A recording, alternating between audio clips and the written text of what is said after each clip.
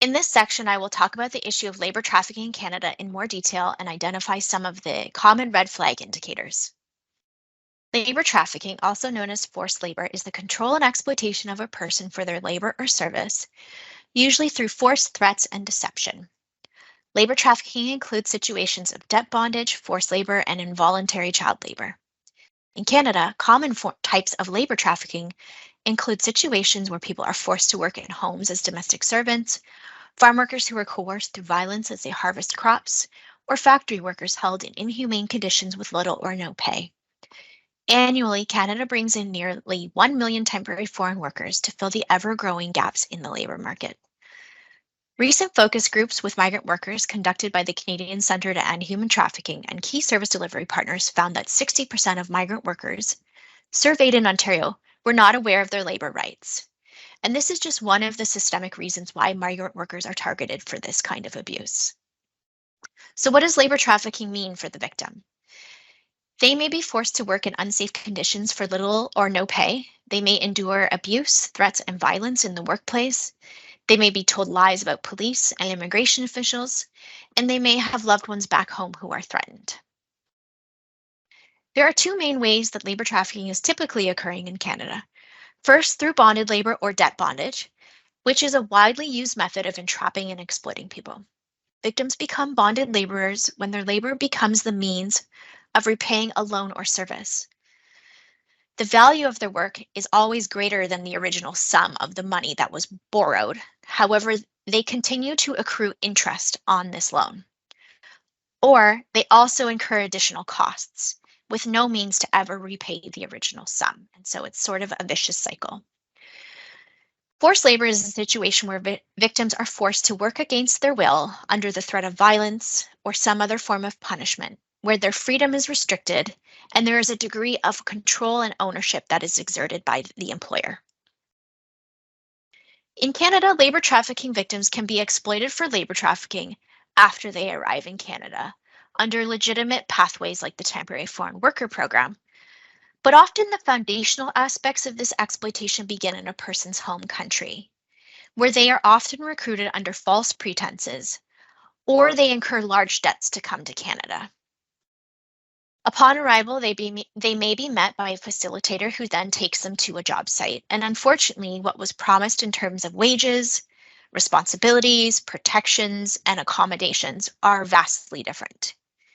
The exploitation may be perpetrated by a recruitment agency in the home country or by a third-party contractor or recruitment agency here in Canada, or directly in the workplace by a manager or an employer. Online communities like Facebook, fake ads, false promises, word of mouth are just some of the ways that fraudulent recruitment agencies target at-risk migrant workers in their home country. It's helpful to think of exploitation for labor and commercial sexual exploitation as a spectrum. And we recognize that people can move along the spectrum in either direction, and sometimes more than once. Please note that there can be multiple aspects of this spectrum taking place at the same time. These are not concrete categories. On the far left, you're going to see decent work with fair pay and workplace protections. As you start to move to the right on the spectrum, things begin to change. Labor violations exist in terms of worker safety and employment rights. They include, but are not limited to, unsafe work conditions, violence, sexual abuse, excessive hours, withheld wages, and unpaid labor. Human rights are breached when individuals experience discrimination, harassment, isolation, confinement, and other cruel, inhumane, or degrading treatment in the workplace.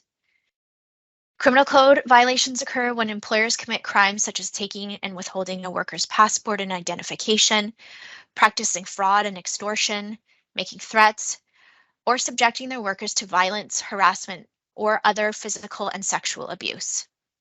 Human trafficking is exploitation that violates sections of the criminal code that are specific to human trafficking. When there is punishment, threats of deportation to the workers and their families, forced commercial sex, and/or psychological control of migrant workers. In cases of labor trafficking, there are often multiple aspects of this spectrum occurring at the same time. And there may be foreign actors involved, which can make it really particularly challenging and complex to identify. Now, I'm going to take you through some of those indicators of labor trafficking. And similar to the slide around indicators of sex trafficking, there is no one size fits all as it pertains to labor trafficking situations. These signs and indicators are often overlapping and nuanced. A combination of these indicators should be taken into consideration, as well as the general context of the situation and patterns of behavior. Labor trafficking victims may be lacking the appropriate safety equipment, PPE, or clothing required to do their job.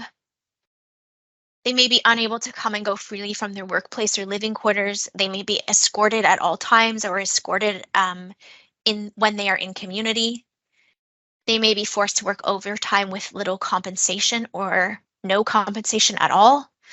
Their passport and other forms of ID are withheld or restricted.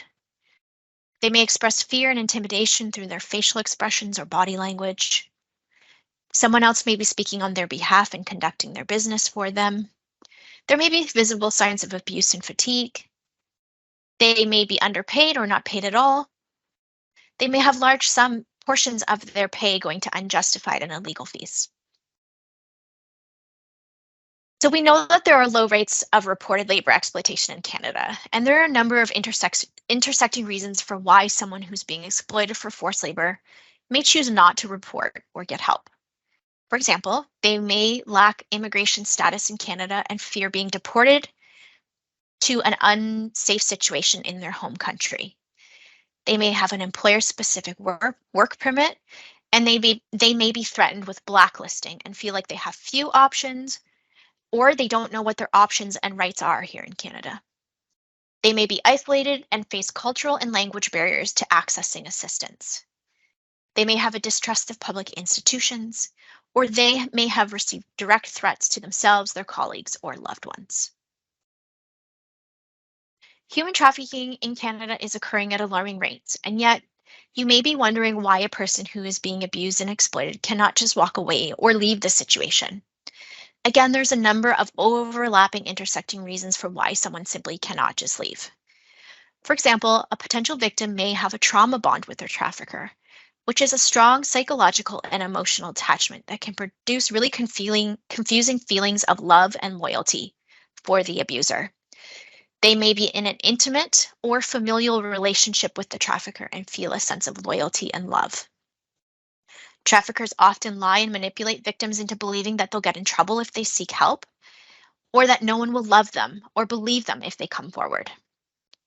Victims are often coached by traffickers to lie and give rehearsed answers to concerned family, support workers, and police so as not to raise suspicion. The trafficker might also be the only person who has ever shown that person genuine attention, love, and support. Exploitation and trafficking is really nuanced, and victims may not even understand that what's happening to them is a crime. We also know that traffickers frequently move victims from place to place. Oftentimes, they don't know how or where to get help. And finally, a deep distrust of institutions, police, social service providers, and child protection agencies, especially for communities of color, make people reluctant to self-identify and self-report.